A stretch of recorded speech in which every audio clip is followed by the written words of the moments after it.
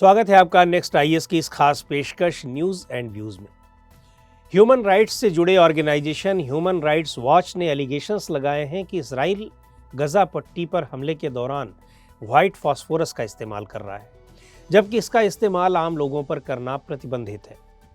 News and views के आज के एपिसोड में बात होगी व्हाइट फॉस्फोरस और केमिकल वेपन्स की। White phosphorus highly inflammable chemical है। स्किन पर पड़ने पर यह लोगों को झुलसा सकता है। हमास के इजराइल पर अटैक के बाद इजराइल ने गजा पट्टी पर चारों तरफ से अटैक किया है। ह्यूमन राइट्स वॉच यानी HRW ने कहा है कि इजराइल ने गजा और लेबनान में अपने मिलिट्री एक्शन के दौरान इस केमिकल का इस्तेमाल किया। HRW ने क्लेम किया है कि उसने 10 और 11 अक्टूबर को लिए गए कुछ वीडियोस की छानबीन की है। उनसे पता चलता है कि आर्टिलरीज की मदद से कई बार हवा में व्हाइट फॉस्फोरस दागा गया। 7 अक्टूबर को हमास के टेररिस्ट्स ने इजराइल पर अटैक किया, जिसमें सैकड़ों लोगों की मौत हो गई। इसके बाद इजराइल ने गजा पर भारी बम्बार्डमेंट शुरू की, जिसमें अब तक 1500 से ज़्यादा फ़लस्तीनी मारे गए हैं। इजराइल के हमले अभी भी जारी हैं। गजा दुनिया की सबसे डेंसली पॉपुलेटेड एरियाज़ में से एक है। HRW ने अपने स्टेटमेंट में कहा है कि यहाँ व्हाइट फॉस्फोरस के इस्तेमाल से आम लोगों के लिए रिस्क काफ़ी बढ़ गया है और ऐसा करके इंटरनेशनल ह्यूमन राइट्स लॉज का भी वायलेशन हो रहा है। व्हाइट फॉस्फोरस फॉस्फेट रॉक्स से बना एक आर्टिफिशियल सब्सटेंस है जो काफ़ी इन्फ्लेमेबल होता है। एटमॉस्फेयर में मौजूद ऑक्सीजन के कांटेक्ट में आने पर यह जल उठता है। ऑक्सीजन के कांटेक्ट में आकर यह करीब 815 डिग्री सेल्सियस तक का टेम्परेचर पैदा कर सकता है। इन्फ्लेमेबल वेपन की तरह इस्तेमाल करने पर यह तेज़ गर्मी और आग पैदा करता है और तब तक जलता रहता है जब तक कि ये ख़त्म ना हो जाए। जलते रहने के लिए इसे सिर्फ ऑक्सीजन की ज़रूरत होती है। ये फैट सॉल्युबल होता है, इसलिए किसी ह्यूमन पर यदि गिर जाए तो उसकी स्किन को झुलसा देता है। स्किन से होते हुए ये ब्लड के ज़रिए सर्कुलेटरी सिस्टम में पहुंचता है और फिर बॉडी के कई ऑर्गन्स को डैमेज कर सकता है, यहाँ तक कि ऑर्गन फेलियर तक की नौबत आ सकती है। व्हाइट फॉस्फोरस का ज़रा सा भी पार्ट यदि बचा रह जाए तो एयर के कांटेक्ट में आने पर वो भी जलने लगता है। फॉस्फोरस बॉम्ब्स की आग पानी से नहीं बुझती। इसके लिए रेत यानी सैंड छिड़कने जैसे तरीके इस्तेमाल किए जाते हैं।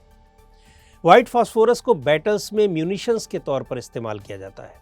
इसे लाइटिंग के लिए, बंकर्स को जलाने के लिए, टारगेट्स को आइडेंटिफाई करने के लिए काम में लाया जाता है, पर आम लोगों पर इसका इस्तेमाल नहीं किया जाता।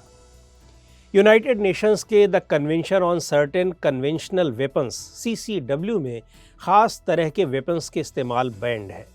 कई ऐसी म्यूनिशंस भी हैं जो वैसे तो मिलिट्री पर्पसेस में इस्तेमाल हो सकती हैं, लेकिन उन्हें आम लोगों पर इस्तेमाल नहीं किया जा सकता। CCW प्रोटोकॉल्स के 3rd लेवल में आग लगाने वाले यानी इंसेंडियरी वेपन्स से जुड़े क्लॉजेज हैं। इसका मतलब ऐसे वेपन्स या म्यूनिशंस से है जो स्टिमुलेटिंग होते हैं। व्हाइट फॉस्फोरस भी इसी कैटेगरी में आता है। CCW के मुताबिक सिविल एरियाज़ के बीच स्थित मिलिट्री बेसिस के खिलाफ भी ऐसे वेपन्स के इस्तेमाल पर रोक है। यहाँ तक कि सिविल एरियाज़ में इंसेंडियरी वेपन्स को हवा में छोड़ने पर भी प्रतिबंध है। हालांकि इजराइल ने इस प्रोटोकॉल पर सिग्नेचर नहीं किया है। HRW पहले भी इजराइल पर सिविल एरियाज़ में व्हाइट फॉस्फोरस के इस्तेमाल का आरोप लगा चुका है।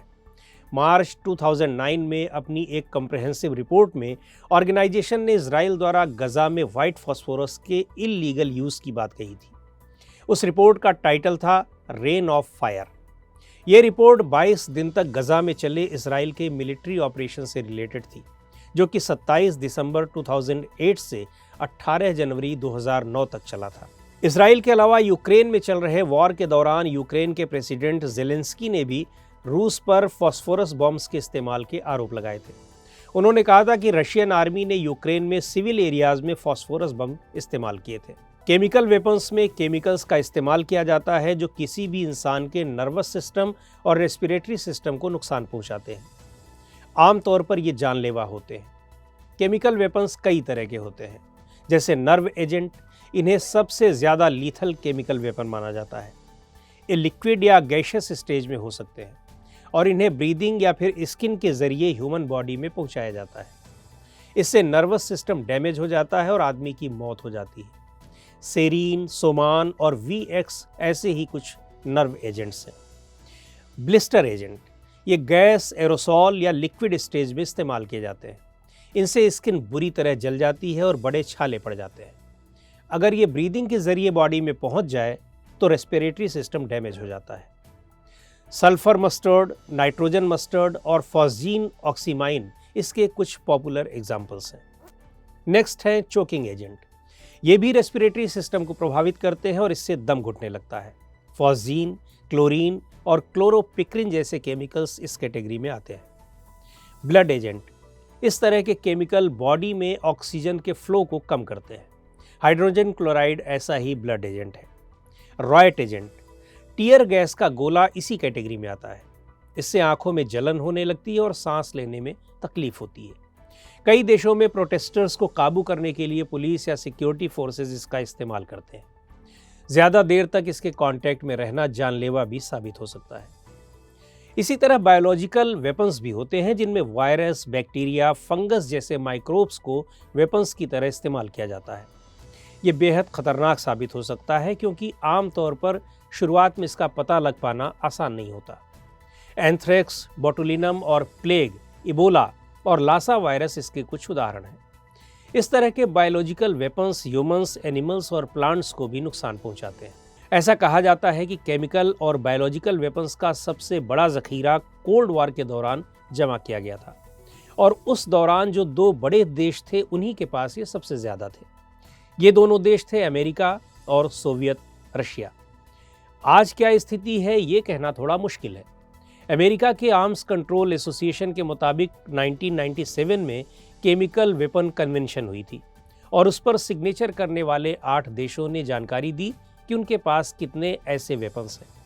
ये देश थे Albania, Bharat, Iraq, Libya, Syria, America और रशिया।